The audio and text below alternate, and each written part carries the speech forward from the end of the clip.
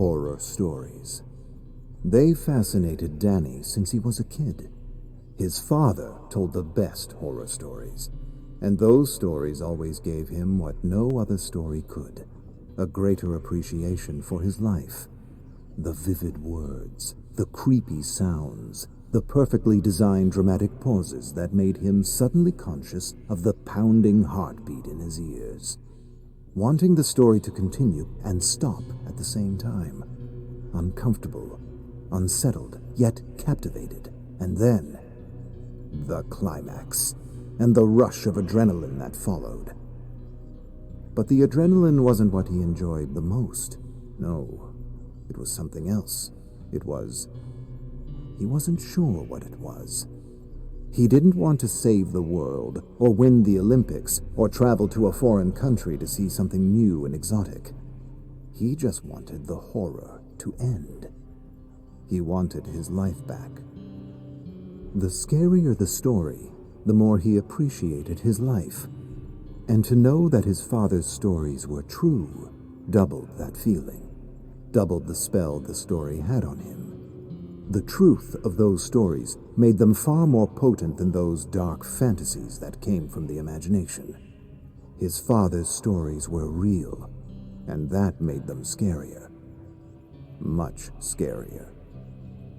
His father wanted him to design stories just like he did, follow his path, hunt and murder human beings in the shadows. And he did, just not in the way his father had intended. And now, Danny designs better stories, much better stories. Better because of the setting, because they could happen anywhere, unlike his father's stories, which took place in what experts called abnormal circumstances, where scary and gruesome stories were expected. His settings made the horror all the more unique, all the more unexpected.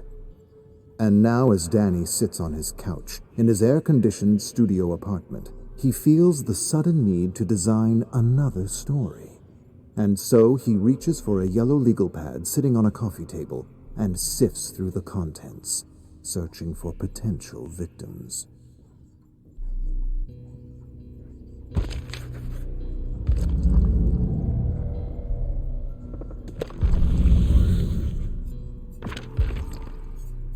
Horror. Danny goes through the legal pad searching for the perfect profile for his next design. What he's looking for is the ordinary, the relatable, the perfect victim that will make his readers think and feel it could have been them. Someone who does everything by the book. Someone who doesn't deserve to die, as if deserve had anything to do with it. He rips out pages. All the candidates with criminal records are those who are too loud in the community. He can't have his readers confused with hate, revenge, jealousy, or gang violence. There can be no hiding place for the reader. They need to identify with the victim. They need to be able to see themselves in the story, or it fails. It just doesn't work. And as he searches for his one-size-fits-all profile, his fingers fumble over a name. John Michaels. A person with two first names. How fantastic. He glances over his surveillance notes. 9 to 5, award-winning teacher, single, townhouse with a white picket fence. Doesn't really deserve to die. Perfect. John Michaels. A perfect name for the next chapter in his book. Every John and Michael will consciously or unconsciously be drawn to the headline. The name itself will attract a sizable audience, and the story will grip them in the talons of fear, only to release them at the very end. Horror heaped on horror until at the end they're begging for release, begging for their lives back. He laughs to himself as he watches John exit the community college where he teaches anthropology. He took a class in anthropology once, and he remembers the heated debates with his teacher who tried to make him believe in this ridiculous theory of the Homo sapiens, that humanity was an intrinsically curious and intelligent species that evolved toward peace and prosperity with its many civilizations and achievements. Danny argued the opposite. He argued humans were intrinsic killers, killers that evolved to enslave, acquire, destroy, and eventually self-destruct. That the achievements and the civilizations were tools for blood, that the mask of civilization was a facade, a farce, an elaborate design to hide the true face of humanity, the bloody face of horror, as he often liked to call it. The bloody face of horror always found a way to break through the mask. Always. The more we contained and hid the truth, the stronger and more creative it got in breaking free, as if it had a life of its own, a need of its own. They were fun debates. His teacher cited the golden age of prosperity at the turn of the century, and Danny countered with World War I.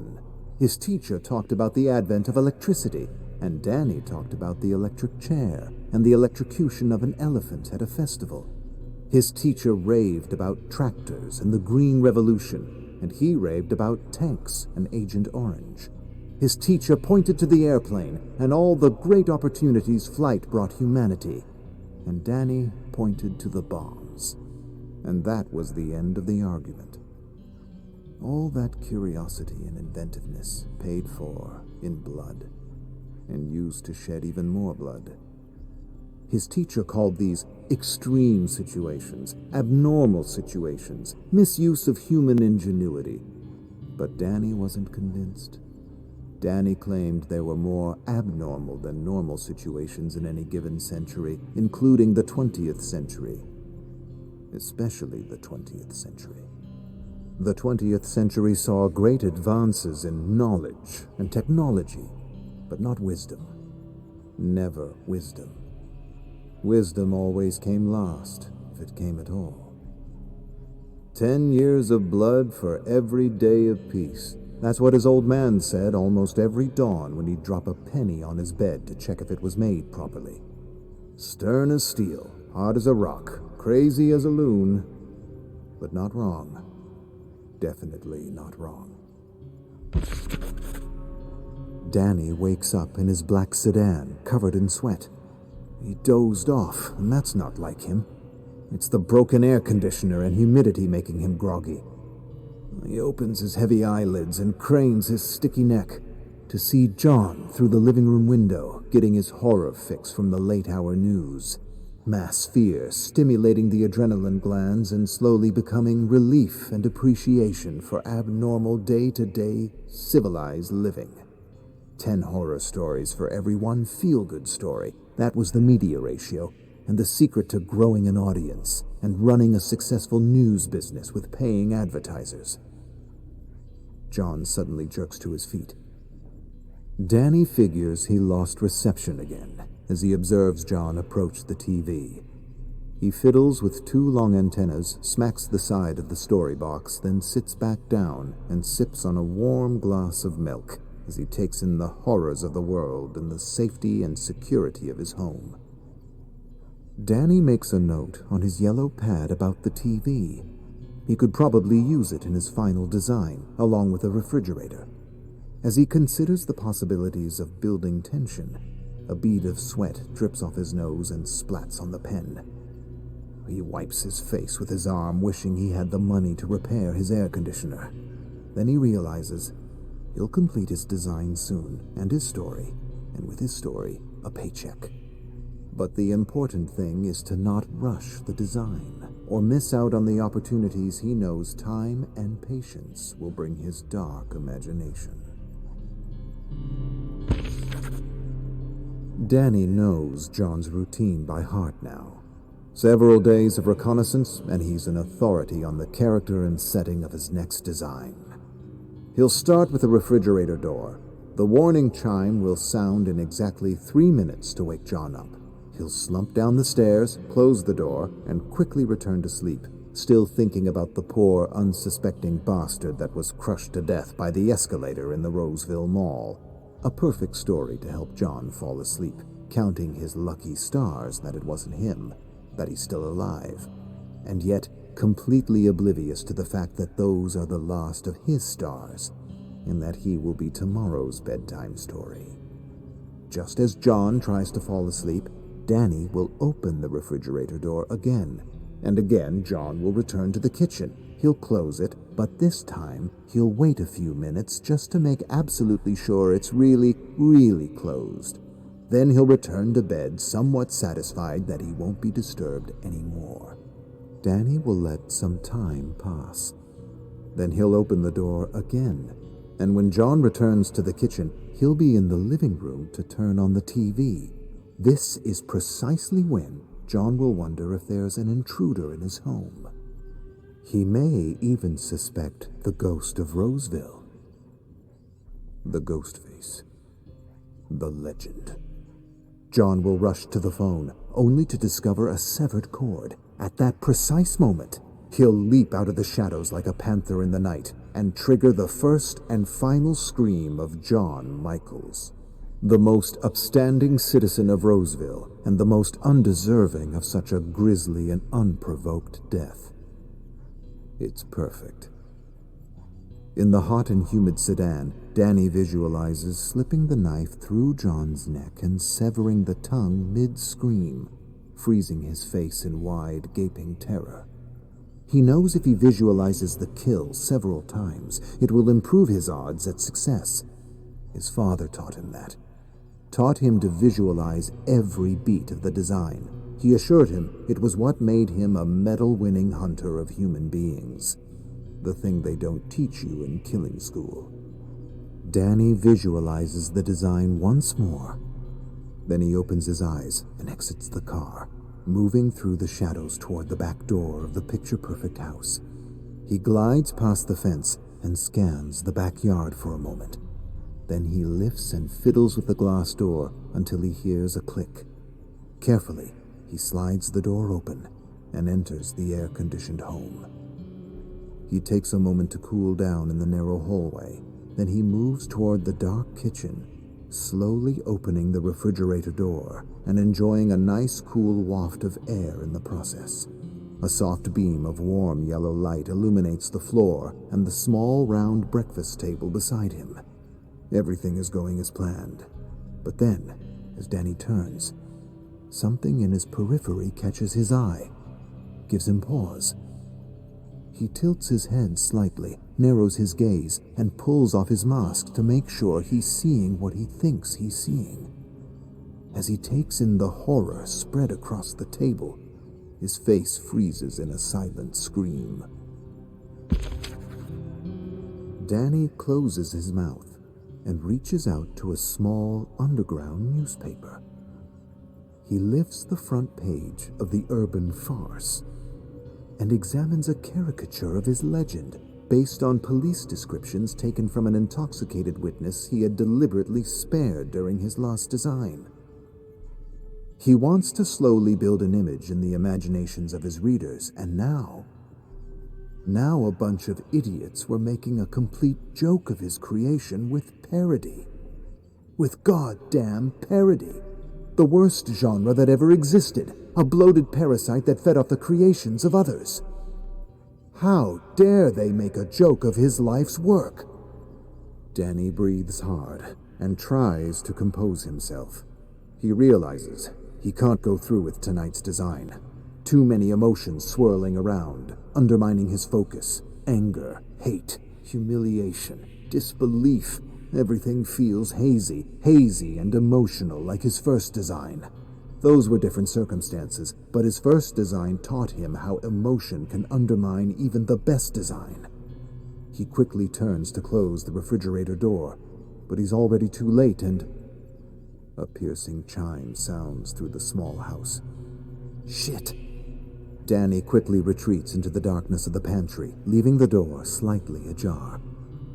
Within moments, John enters the kitchen yawning.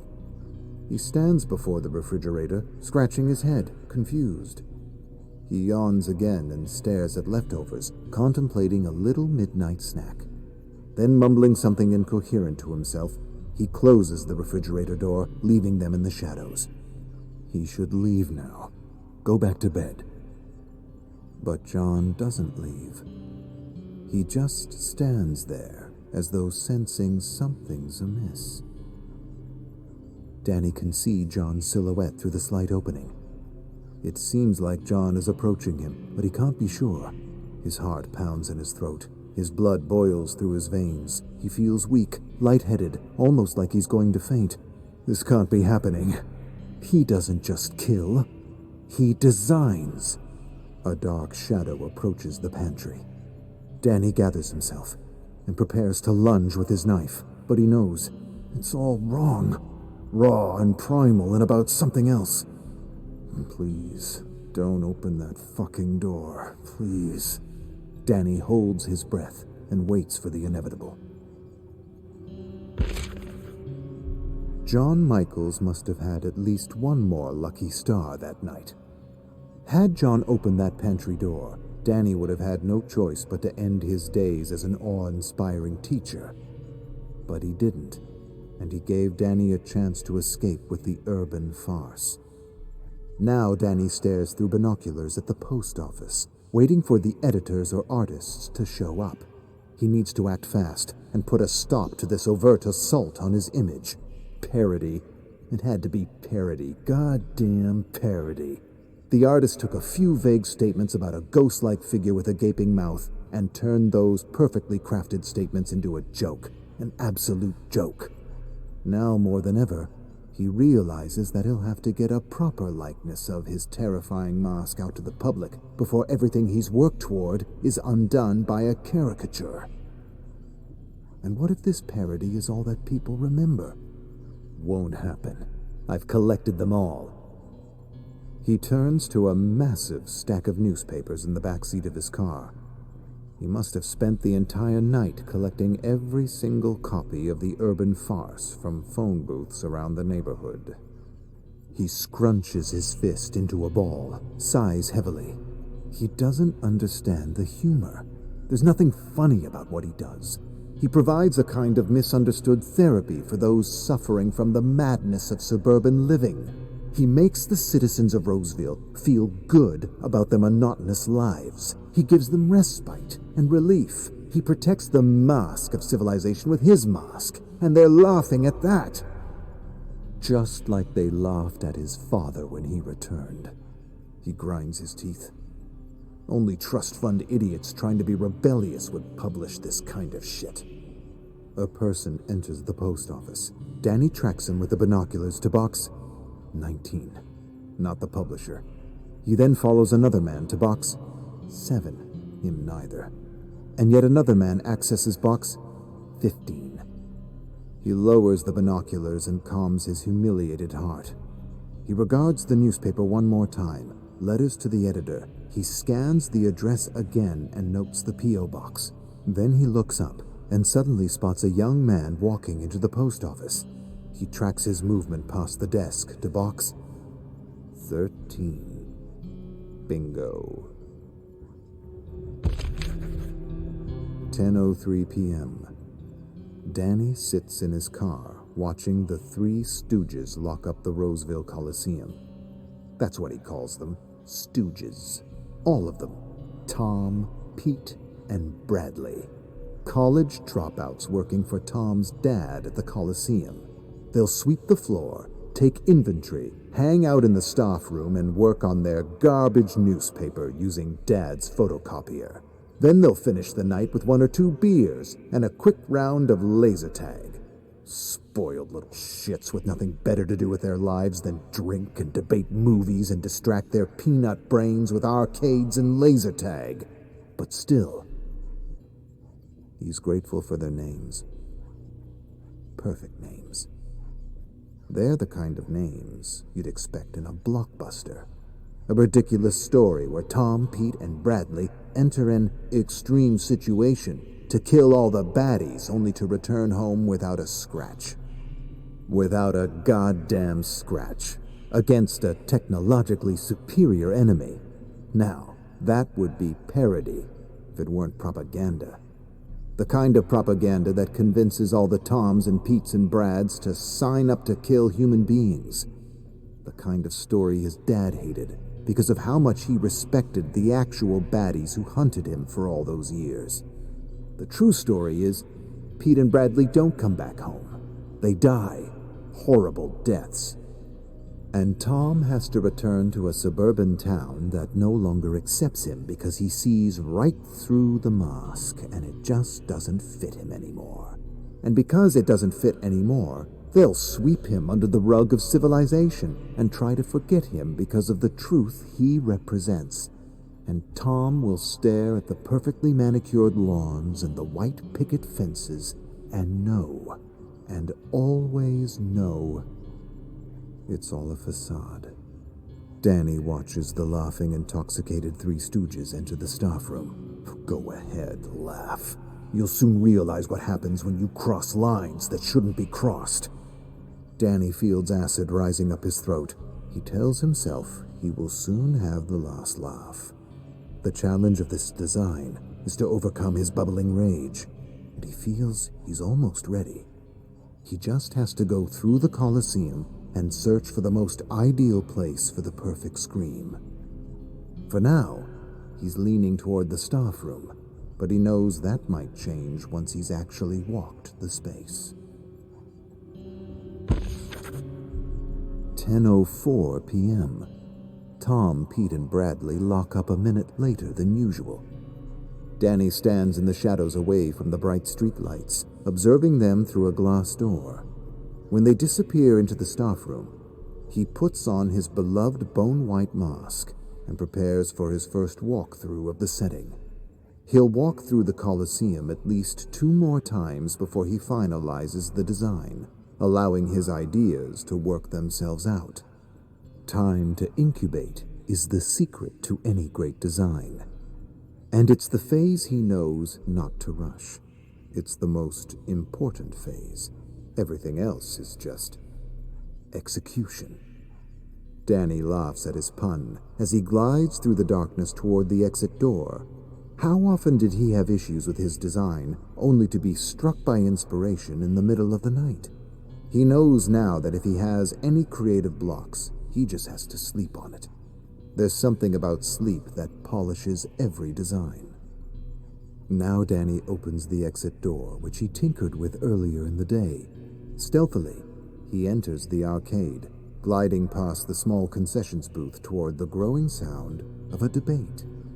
He hides near the staff room, where he hears the loud and obnoxious stooges argue over horror movies and killers. Danny suddenly feels the blood rushing up his neck as they get everything wrong. Idiots poking fun at something they don't understand, or at best, think they understand. Idiots criticizing some of the greatest designs and spewing vitriol about how they could have done better, so much better. Tom even suggests that they should work together to create a design of their own. Give Roseville something to be really scared of. Danny clenches a fist and wants to rush inside the staff room and rip their heads off. He takes a moment to calm himself. In a week or so, he'll have his moment with these arrogant idiots. The intellectual masturbation of those who shout from the sidelines and wonder what it's like to actually step into the ring. They exist in every creative field. He knows that, and laughs at himself for actually letting them get in his head. He'd actually love to see the Stooges attempt their own design. They would fumble and fuck up every beat right up to the very climax. He almost wants to spare them just to see what they'd end up doing. Almost. Danny regards his watch. 1 minute more. He counts the seconds as they complain and spew hot air about the perfect design and how they alone could execute it. The boasting and bravado fades, and is quickly replaced with rock and roll blasting on the Coliseum speakers. With quick steps, Danny retreats behind a beeping arcade as the idiots spill out of the staff room and enter the laser tag arena for a quick fix of adrenaline. He quietly steps out of the shadows and counts 10 paces to the staff room. He has exactly 22 minutes before their game ends. He opens the door and enters the tiny room, but unexpectedly gags when he's hit with the foul stench of stale beer, rancid coffee, and twisted cigarette butts in dirty ashtrays. He turns to his side slightly, and his eyes suddenly go wide beneath the mask. What the fuck? His heart thunders in his ears as he stares at a yellowing wall covered with caricatures of his favorite killers throughout history. His face tenses. He grinds his molars and tries to suppress the thing beneath the mask. He needs to take a moment, compose himself, and walk away. Don't look at it. Just don't look at it. But he can't help himself. You don't laugh at legends. He reaches out and touches a caricature of the one they called the Miner. You don't laugh at legends. His mouth gapes open. His lips tremble. He hasn't felt like this in years. You don't laugh at legends. He tries to turn away, but his feet are blocks of cement. He feels prickles all over his body as blood courses violently through his veins, and something contained begins to stir. He closes his eyes and counts to 10. He hasn't improvised since his first design, and that didn't go very well. He has to find his center. Walk away. Just walk away. For the design. He stares up at the wall of parody and takes a deep breath. He closes his eyes and counts down from 10. Then he opens his eyes to see all the warped and ridiculous faces laughing at him. He wants to ignore them. He wants to walk away. He has to walk away. But something won't let him. And before he realizes what's happening, the thing contained breaks free. He clenches his fist and smashes it against the wall. Fuck the design. The last 10 minutes are a blur. Everything happened in a flash of emotion. He remembers moments, brief moments. Turning on the strobe lights, cranking up the music, activating the dry ice machine, hunting the Three Stooges in slow motion through the cool, misty arena. And now he yanks the gleaming hunter knife out of a pulpy face rendered completely unrecognizable. Shit, I must have stabbed him 100 times in the head. Danny narrows his gaze on the face, but the strobe light plays tricks on him. Makes the face look like his past victims, the faces changing with every blink of light. He shakes his head and stares hard at the face. This is Tom. No, can't be. Tom he stabbed in the legs. He's still alive, groveling about like a worm somewhere. What about Pete? No, can't be Pete. He's pretty sure he decapitated Pete. It's not what he intended, but shit happens. He pushed the knife a little too hard, cut a little too deep, a little too fiercely. Well, if it isn't Pete and it isn't Tom, it must be Bradley. Good old Bradley. He's confronted with a sudden image of Bradley screaming as he silences him with a blade through the mouth. He nods and sighs. Yeah, it's Bradley. Definitely Bradley. He stares at the mangled face for a long moment. It's not as bad as he thought it would be. A little messy, but he can find a way to make this work. The last time he improvised a design was with his dad. Bless his soul. He deserved a better design, a much better execution. But he hadn't realized how much he had bottled up inside. All those training drills and unrealistic expectations to bring back stories and medals pushed him over the edge. It just came pouring out one night while camping in a way he hadn't expected. Happens all the time, every day, to the best. He just didn't think it could happen to him. And here it is, happening again. The music stops for a moment to reveal someone sobbing and screaming for help. Tom. Danny marches through flashing light and dark, following a trail of warm blood through the maze. Soon the blood leads him to a young man, dragging himself across the cement ground, desperately inching toward an exit door. Danny approaches him menacingly. He kneels before him and stares at him. Despite the air conditioning, he feels sweat drip down his face into the gathering pool of blood. And as he watches the sweat drip off his face, he realizes he isn't wearing his mask. He touches his warm, bloody face and vaguely remembers removing the mask in the staff room after he ripped down every last caricature. That's because the ghost face has nothing to do with this. This is something else. There's no way he's crediting the ghost face with these clumsy yet incredibly satisfying kills. Tom looks up at Danny. Danny wipes the sweat and blood off his face. They lock eyes. Not so funny now, is it? Danny places his knife in Tom's hand. You know what a copycat is, don't you? Well, that's what you are. A failed copycat. A parody of a true killer. Tom tries to attack Danny with the knife. Easy there, Tom. You might hurt yourself. Tom's arm falls and splatters in blood, the knife dangling from the fingertips. He struggles to wrap his wet fingers around the hilt and attacks with the knife, hitting air over and over again. Danny laughs. Politicians will use your story to campaign against beer, rock and roll, and horror movies. That's the current angle I'm considering. You like that angle, Tom? Tom gasps and struggles to say something without success. Danny inches closer. He lowers his voice to a cruel whisper and suggests a potential headline for his next article. Ghost Copycat.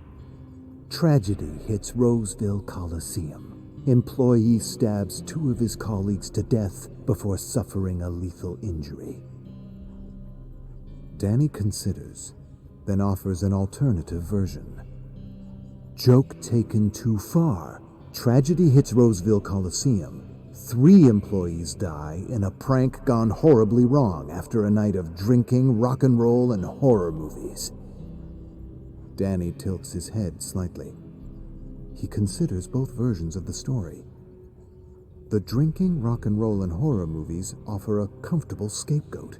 It gives readers something to point to, something to blame, a place to hide. And he isn't sure he wants to give his readers a place to hide with this one.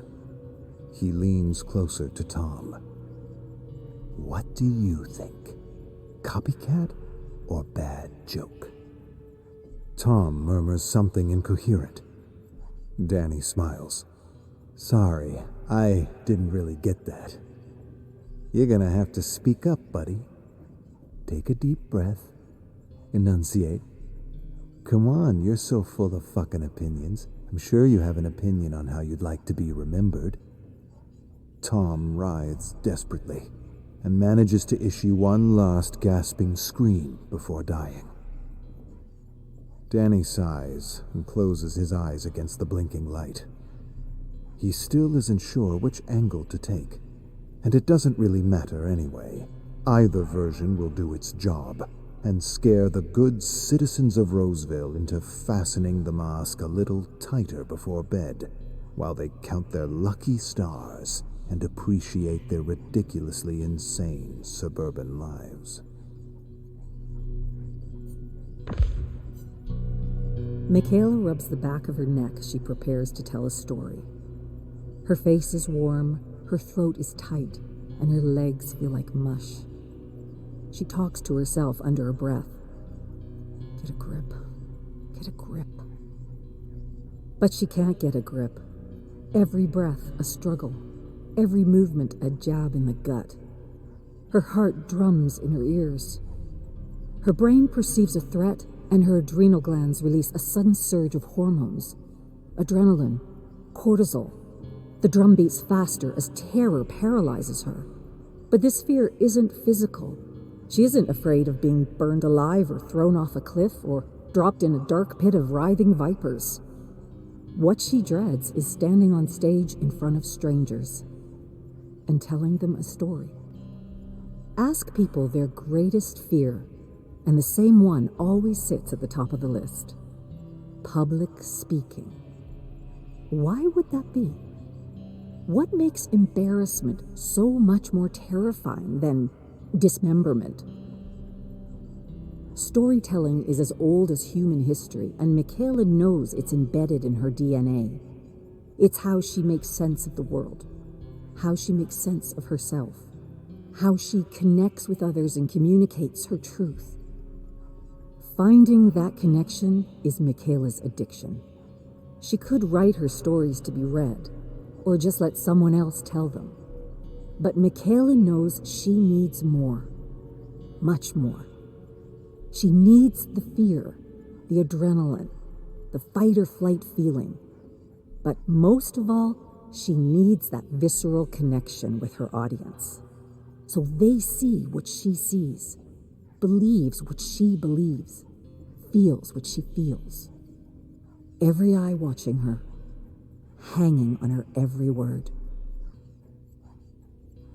Thursdays is open mic night at Moonstone.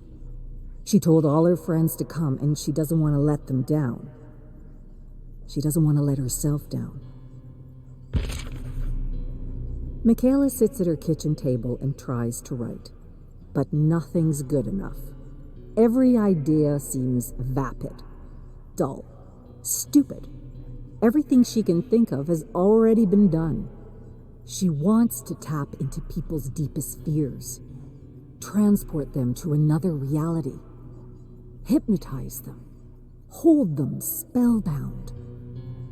And for that, she needs a good story, an amazing story, something that hooks, something that raises questions the audience needs answered.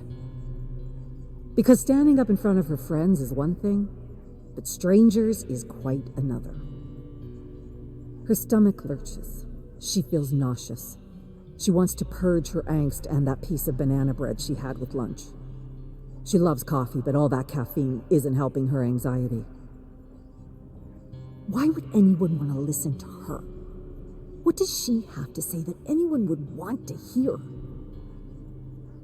That's why her story has to be perfect, surprising, terrifying, visceral, shocking, flawless, original. And none of her ideas seem good enough. Not one.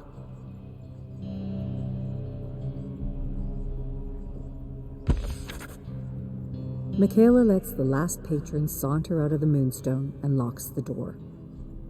She washes all the mugs and trays and scoops, cleans and turns off the espresso machine, wipes out the fridge, sweeps the floor. She works until she exhausts herself before she sits down to write. The fear seizes her almost immediately. Sweat beads on her forehead, drips down her nose, lands on the yellow legal pad, smearing the ink. It's not failure that terrifies her. It's exile, banishment, being driven from the tribe, isolated, alone. Alone. She arrived at a new school in 2nd grade and didn't know a soul. She sat alone at lunch and tried to eat her tuna sandwich, but she couldn't swallow a bite. She had no appetite, just a lump in her throat. She still remembers that loneliness in her bones. That aloneness is more terrifying than dying. It's primal. She tried telling a story at the Moonstone before, and it didn't go as planned. She decided to memorize the story so she wouldn't have to keep glancing down at her paper. But one look at the audience, and she couldn't remember the first word. She froze and stood there like an idiot. 10 seconds felt like 10 minutes, and finally she just walked away. She can still feel the heat of embarrassment burning the back of her neck. When comedians don't get a laugh, they call it dying. It's worse than dying. Michaela knows her fear is rooted deep in a tiny part of her brain called the amygdala. It's instinct. It's automatic. But knowing that doesn't help. She has to override that fear. She has to silence all those voices in her head. Anyone who ever undermined her, talked down to her, doubted her, made her think she wasn't good enough.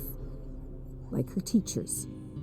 Like Mrs. Stenson, her second-grade teacher who didn't know how to teach dyslexic children and who made her feel shame for every misread or misspelled word. Like Mr. Brandeis, her 10th grade English teacher who marked up her stories with tons of red ink. Always the red ink. He had so many stupid rules. Don't repeat words. Don't split infinitives. Don't start sentences with conjunctions. Don't end sentences with a preposition. Don't. He was all about how not to do it. All about making her doubt her instincts and intuition as a storyteller. All about murdering her joy and killing her creativity with rules that were never even rules in the first place. Rules that made her stories feel unfriendly, contrived, artificial. And she wanted her stories to be the opposite. The exact opposite. Friendly, inviting, honest. Michaela remembers arguing with Brandeis often about his so-called rules and how some of the greatest stories ever told started almost every sentence with a conjunction. She even challenged Brandeis to show her where his rules came from. And he had nothing to say. Nothing to show her. Nothing official, anyway. Just one literary cookbook contradicting the other. Michaela figured one teacher long ago taught a preferred style as a set of rules, and that misguided class went out into the world propagating stylistic disinformation. She remembers one time when Brandeis handed back her story. She remembers him leaning over her desk. She remembers that smell. The smell of cheap aftershave fighting a losing battle with his BO. And she hears his ugly words every time she picks up a pen. Some people are born writers. You're not. Don't worry, it's not your fault. It's just who you are. But even with all that negativity, she still managed to keep a tiny flame of inspiration alive. A sputtering flame nurtured by all the writers she'd loved. Mary Shelley, Edgar Allan Poe, Shirley Jackson. They didn't worry about following rules. They just created their characters, told their stories, built their worlds. Something about the woman keeps others at a distance. Maybe it's her intensity. Maybe it's her detachment, her otherworldliness. Even in this dark, dangerous place, she seems more connected to the flora, to the trees, the shrubs, the night-blooming flowers, climbing vines, the crickets chirping their night song, and the moths drawn to the tiny pockets of light that penetrate the heavy black fog, the rats scurrying through the brush. She can sit for hours watching a spider spin its web. That's what holds her interest. The living things that somehow continue to thrive in this grim and wicked place. She can't read people the way others can. She can't look at someone's face and understand what they're feeling. The language of human emotion is indecipherable. Her kind, intelligent eyes are framed by big plastic glasses. Her complexion is dark. Her jet black hair a soft, beautiful cloud of tightly coiled curls and braids. She moves through the dark mist and her skin prickles with fear. There are dangers in this place. Predators, monsters, the stench of death, the sickly sweet aroma of rotten flesh. The air is damp, cold. The crickets suddenly stop chirping. The abrupt silence stops her in her tracks. She waits, listens, holds her breath. A guttural roar rips the air behind her. When she turns, she sees a scarred and misshapen face. A monster wielding a thundering chainsaw. Terrified crows bolt from the trees. Michaela screams along with the woman and awakes with a start, covered in sweat, lying in the dark. A nightmare.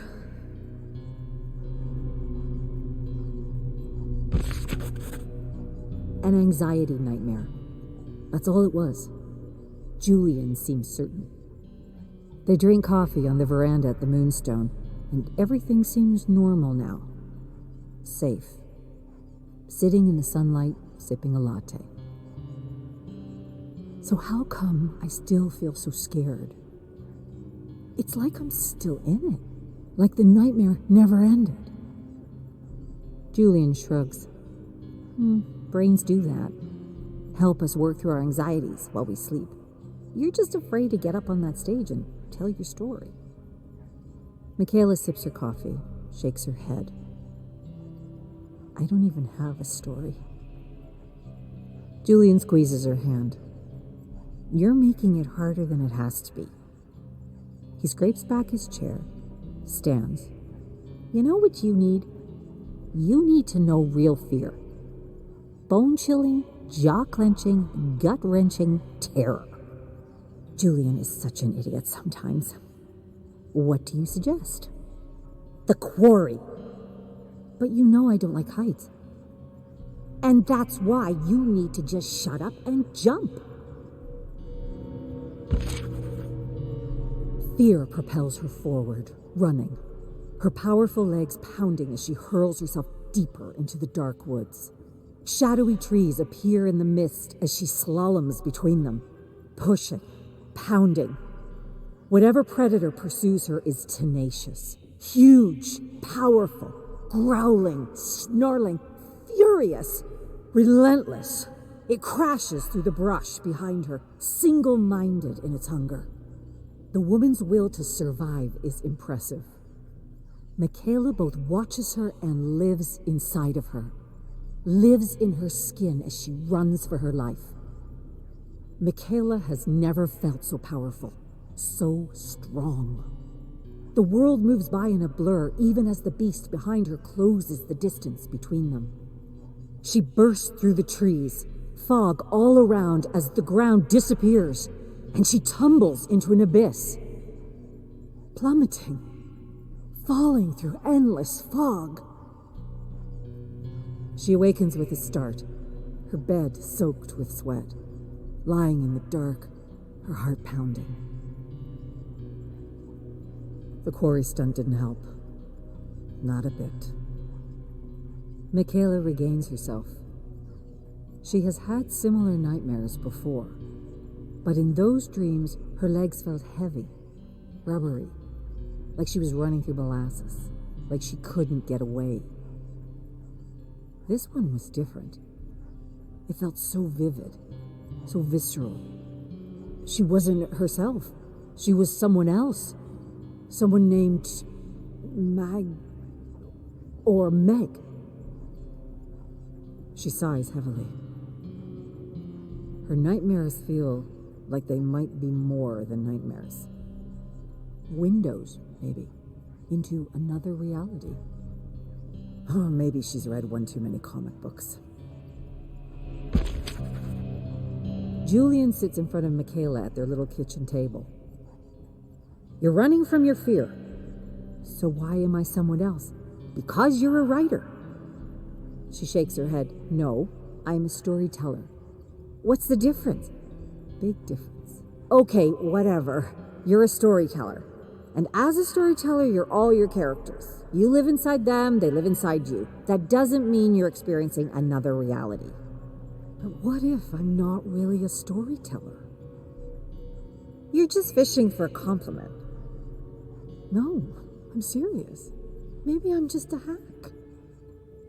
Mick, come on. Take it easy on yourself. You just have to let go. Take a chance. Dive off the edge. Head first in that fog you keep talking about. Face that fear and it will no longer chase you. I don't think it ever stops. Julian stands with a laugh.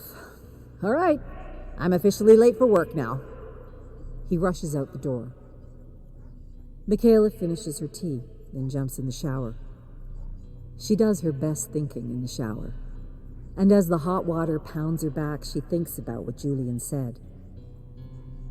Are her nightmares messages from her subconscious? Carl Jung believed that our subconscious connects to a collective unconscious that binds every human soul to primal symbols and ancient archetypes. That's why so many fears and phobias are universal, why so many cultures have the same stories and mythologies. Her muscles loosen under the hot spray, and she remembers a writing circle where they talked about something called déjà vuism. The idea being that human brains could network with mirror beings on the same wavelength in other dimensions. One guy in the group thought that his inner voice was just another version of himself in a parallel dimension. Others in the circle laughed. She didn't. She even shared one of her stories based on a recurring nightmare. The hot water loses its heat, and Michaela suddenly turns it off, just as she's struck by an epiphany. What if she's dreaming real things in a sort of multiverse? What if this world made of nightmares is not a plane of existence separate from the daily reality we all experience? What if it's just one of many realities all existing at the same time? And if there are indeed multiple realities, it occurs to her that every story she creates while asleep or awake might simply be a glimpse into another plane of existence. Michaela shivers with excitement. Maybe all the stories already exist, and are just waiting for her to discover them.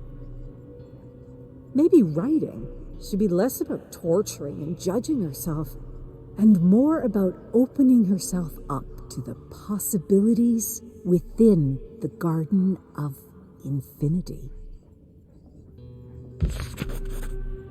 Michaela goes to sleep eagerly, not fearfully. She's chasing her nightmares now, excited to slip inside of them, thrilled to experience another reality in the infinitude of the multiverse. A dark castle courtyard. Skewered corpses surround a sobbing man. He's on his knees in the dirt as a black fog pulls back, revealing even more bloody corpses. He screams a name. The screaming man doesn't wear medieval garb. He wears jeans, a black t-shirt, running shoes. Michaela sees others now.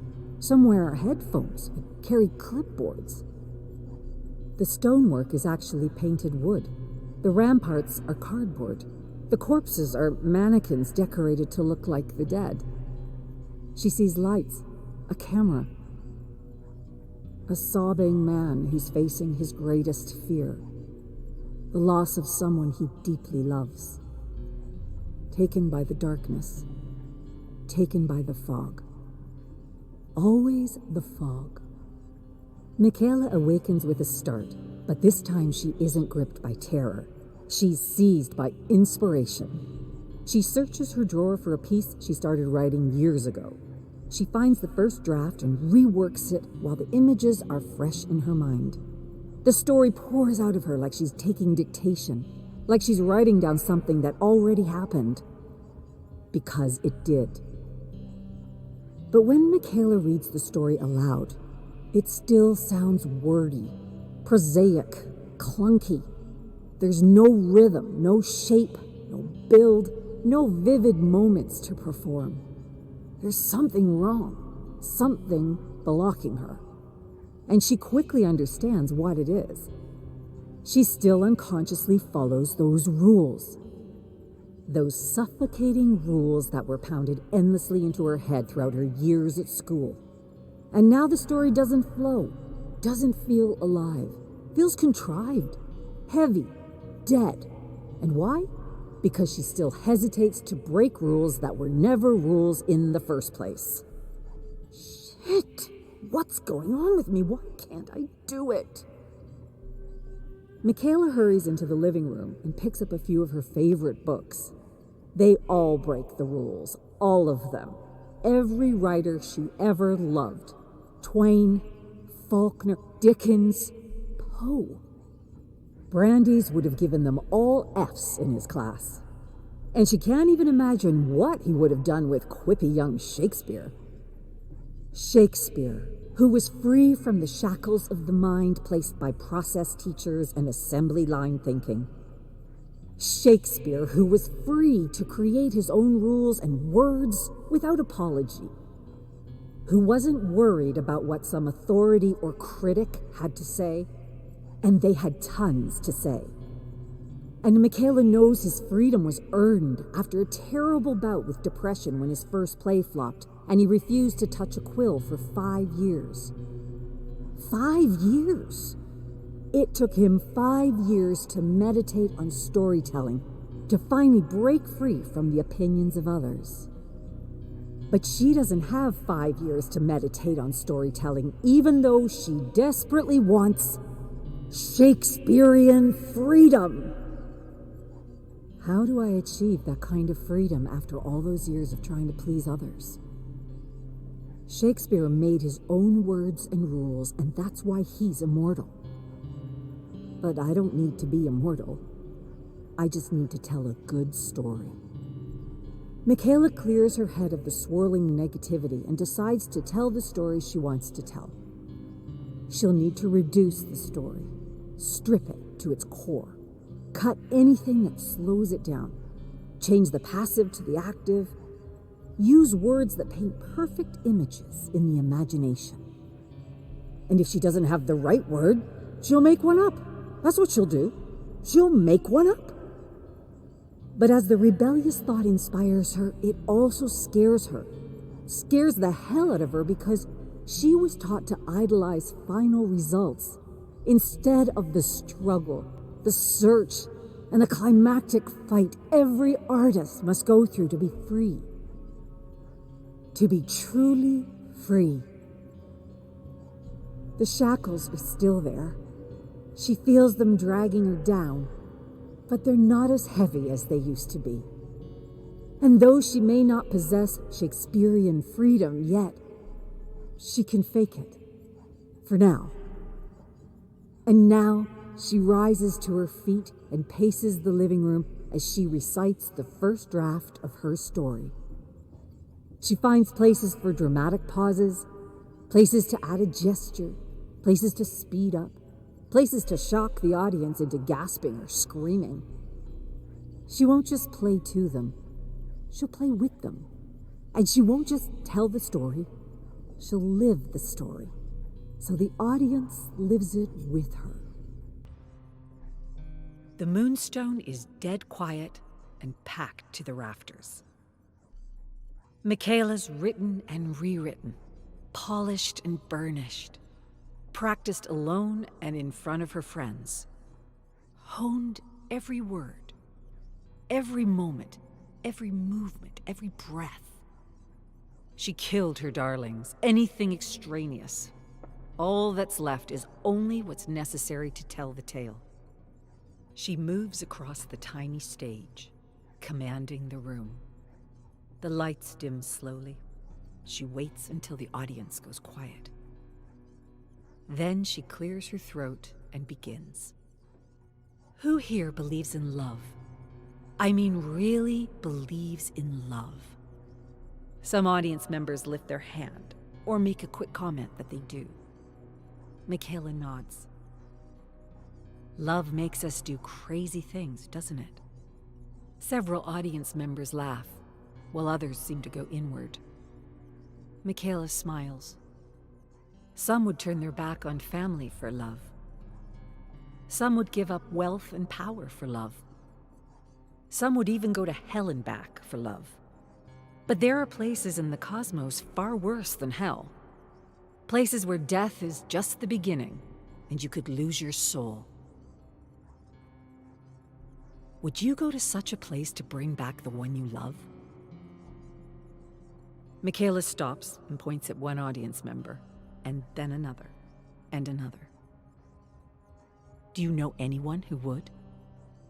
What I'm really asking is, Does love truly conquer all?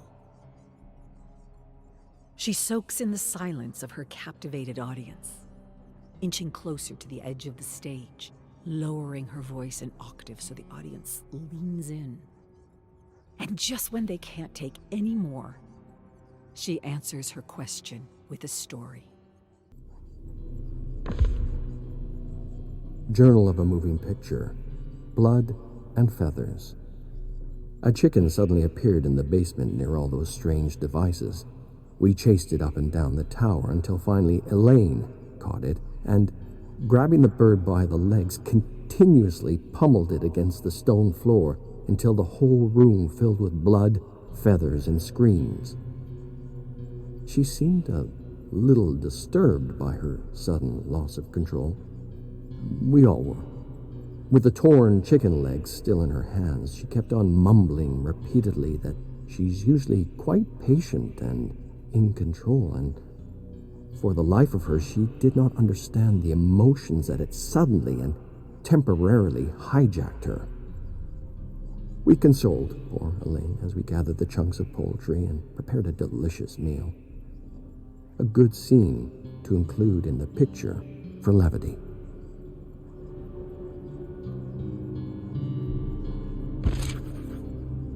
Journal of a Moving Picture. Never forgotten.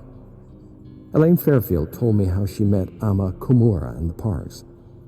They met in a group dedicated to finding missing loved ones, led by a brother who had lost his sister while investigating strange yet similar disappearances. The group eventually figured out a way to enter this cosmic hell with the brother's research, but were somehow separated along the way. She says they were attacked by a creature she couldn't really describe, but it seemed to be everywhere and nowhere at the same time. I didn't really understand what she was going on about. Whatever it was, I'm glad they found me and pulled me out of the bear trap when they did. I'm also glad the brother entrusted Mr. Park with the research before they were separated. And I hope there's something in there that will help us return home. Otherwise, we'll probably end up doing to each other what Elaine did to that poor chicken. On that note, Yasmin Kassir didn't find the chicken incident very funny, nor did she think it would make a good scene in a movie picture. I'm not sure she represents the target audience I'm after. Dear Jake, I sit before my journal and don't know what to write. I would like to continue searching the fog for you, but Bridget feels we need to rest, and that there is much we can learn from the previous occupant of this tower. I suppose the only thing I can do now is float with the tide and hope we find something here that brings us closer to the ones we've lost. A few of us gathered around a small fire in the study and told stories about loved ones we've all heard 100 times but acted like it's the first time. I suppose that's because we know it helps to talk, laugh, and remember the good times. Amma told us about her little girl building motorcycle engines, upgrading scooters, and racing them in her small village. This version was a little more embellished than the last. No one can be that good on a scooter, even if it had been modified or upgraded with plane parts. Nevertheless, they were amusing stories, and she told them well, up until the moment she stopped abruptly, staring blankly at the fire, lost in a memory. No one said anything for a long while. I stared at the leaping flames and thought of the time you first learned to ride a bicycle. You were 4 years old, and the first thing I taught you was how to fall. I told you to push yourself with your feet and fall safely to the left or right side. We practiced falling safely until the fear of falling was gone. Then I showed you how to pedal fast and use the speed to keep your balance. You succeeded on your first try because you were no longer scared of falling. You were so happy you jumped off your bike, hugged me and told me I was the best dad in the world. If I were to die today and live in that moment forever, I would be a blessed man. I miss you with all my heart and hate what happened between us.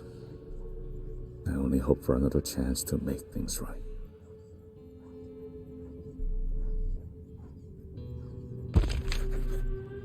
Chamber of Blood. Day of Night. Jaden. 1. 23-year-old Jaden pushed through the fog as he approached the entrance of an abandoned motel. He wiped the cold sweat from his brow, opened the creaking door, and entered the dark lobby. At once his heart sank as he stared upon a grim scene of death. Strewn across the floor were human corpses and the decaying remains of squid-like creatures, unlike anything he had ever seen before. He took a moment to compose himself. His bruised face, swollen feet, and tattered clothes gave testament to the long and arduous journey through this dark dimension to find his adopted sister, Haley. Back home, he had connected with others who had lost loved ones in similar circumstances, and together they had collected relics and artifacts with secret symbols that eventually helped them open a portal into this world made of nightmares. But no sooner had they entered the nightmare than they had been separated while being attacked by a shadow creature with an insatiable appetite for darkness. Now Jaden was alone. Without the research, or the codex, as some of them had grown accustomed to calling it, he wasn't sure how he would escape when he found his sister.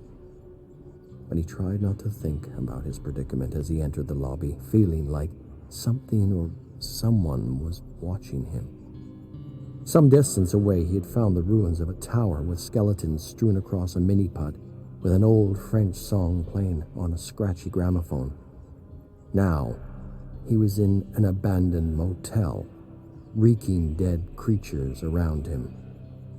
He didn't know what else to expect, but he was sure of one thing. More deadly creatures and mysterious ruins would be in the fog. Much more. Everything he had discovered about this world suggested it was a garden of infinite darkness beyond time and space. Death, he had read, was not an escape. Cautiously, Jaden walked down a deathly silent corridor with shaking hands towards a door. Above the door, an exit sign blinked in and out of existence. The only sign of life was a rat the size of a dog chewing on the putrid flesh of one of the bloated squid creatures. As he passed a pile of bodies, he felt something behind him. He turned to see a sudden flash. An instant later, he was staring down the edge of a gleaming katana. He gasped as he found himself staring at a woman in a red and black kimono. She reminded him of a protagonist in a story Haley had been collecting by an anonymous 18th century Japanese author. "Saku, wait!" Jaden's heart gave a great leap as he instantly recognized Surin's voice. He turned to see several other familiar faces amongst a small group of survivors. Beyond the faces, he recognized Olivia, Sean, and Elias. He thought he saw Haley's estranged uncle, Mahan, in blood-stained fatigues, carrying a semi-automatic rifle. Surin urgently turned to face a woman beside him, Ariella. He said, "Tell Saku we know him. His name is Jaden. He came with us through the portal. We got separated. This place, it has his sister." Ariella nodded, then gently placed her hand on Saku's wrist, translating Surin's words into Japanese. Within moments, Saku nodded her understanding and lowered her katana. Jaden breathed again as Surin tossed him a rifle and a rusty machete, then introduced him to the new members of the group and told everyone to prepare for another assault from the fog. An instant later, they dispersed to barricade and fortify the motel. Journal of a Moving Picture. Entry 89. Started writing early in the morning. 2 pages completed. Focused on the chicken episode, which entertains in a number of ways. Discussion with Yasmin is planned for tonight and will likely miss Elaine's reading of a story chosen from the Chamber of Blood. Something wicked this Halloween. Elaine claims the story is set in a world not unlike this one.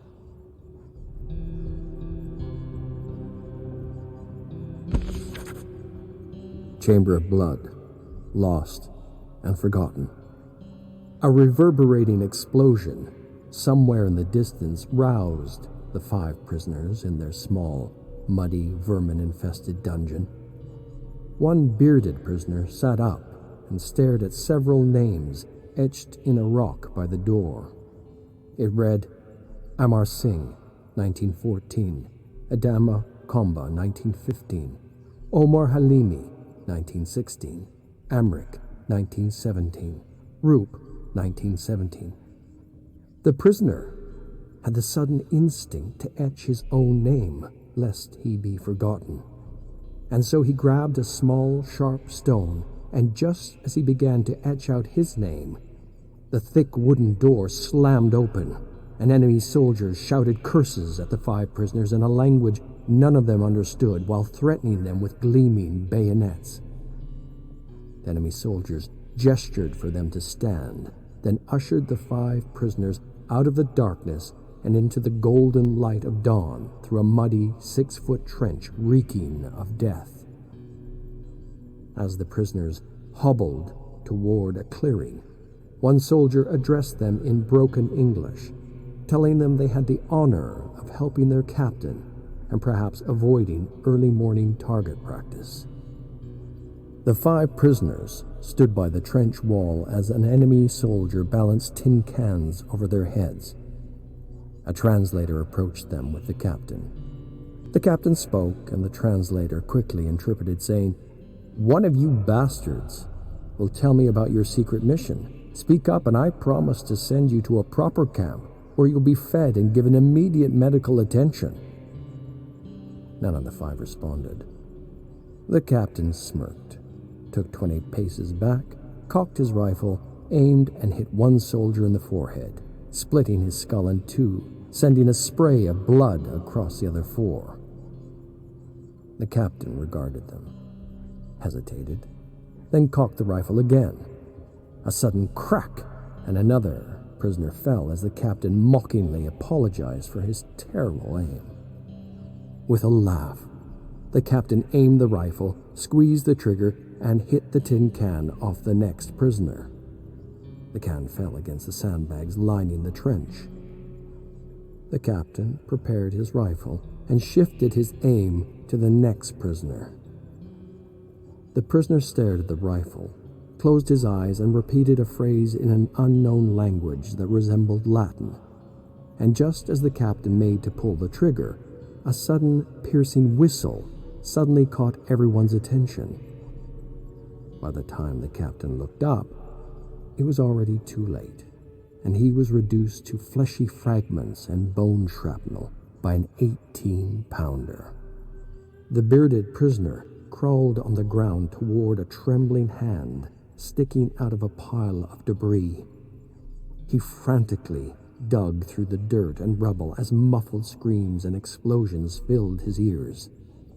Breathing hard, he managed to dig out one face and then another.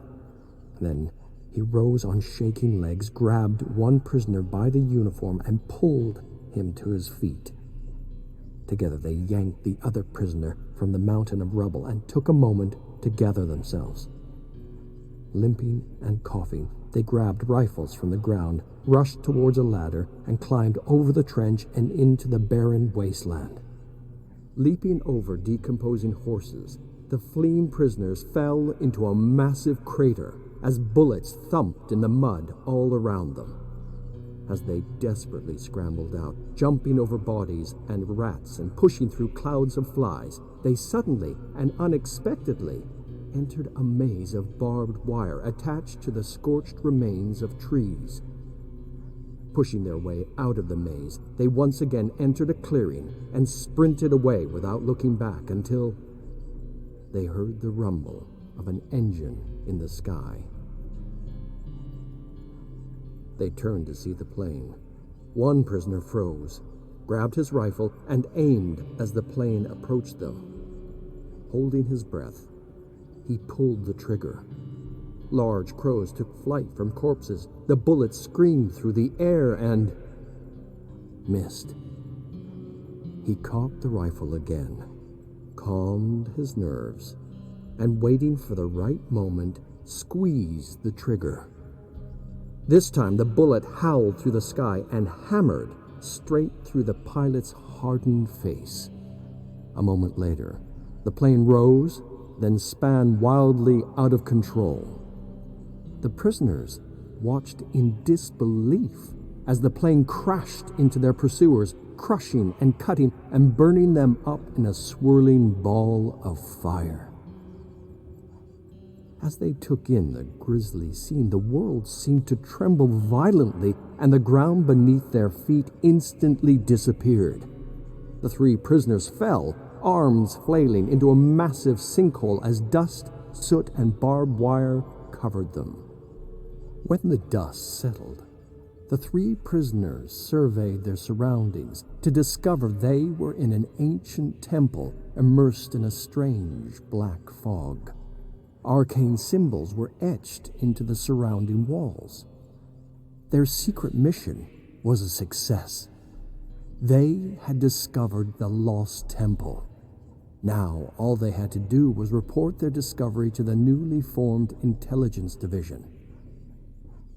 And so the prisoners desperately climbed out and found themselves in familiar, yet unfamiliar territory.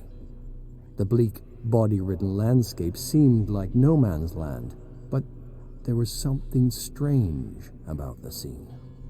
All around were maze-like walls of barbed wire and scorched trees where bodies dangled from hooks that glistened red under a hunter's moon.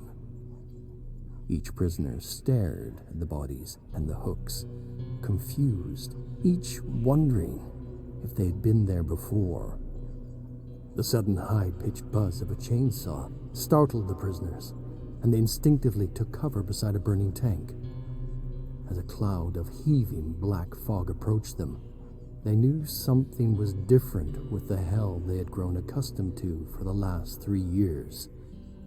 They sensed that they had somehow discovered something lost and forgotten to time in the hidden temple, or that this lost and forgotten thing had somehow discovered them, and that this thing, this ancient thing, whatever it was, had pushed them out of the frying pan and into the cosmic fire. Chamber of Blood. Office of Strategic Magic. Memo. Concerning Dr. Stomper, we are concerned about having Stomper lead subproject 774. He openly mocks the premise of herd manifestation, and his suggestions for the community have an air of skepticism, if not sarcasm. He continues to question the department and doesn't believe the government has the resources to conduct such an experiment. He requests to know where the funding is coming from and asks too many questions. I don't believe he's the right candidate to lead the herd initiative.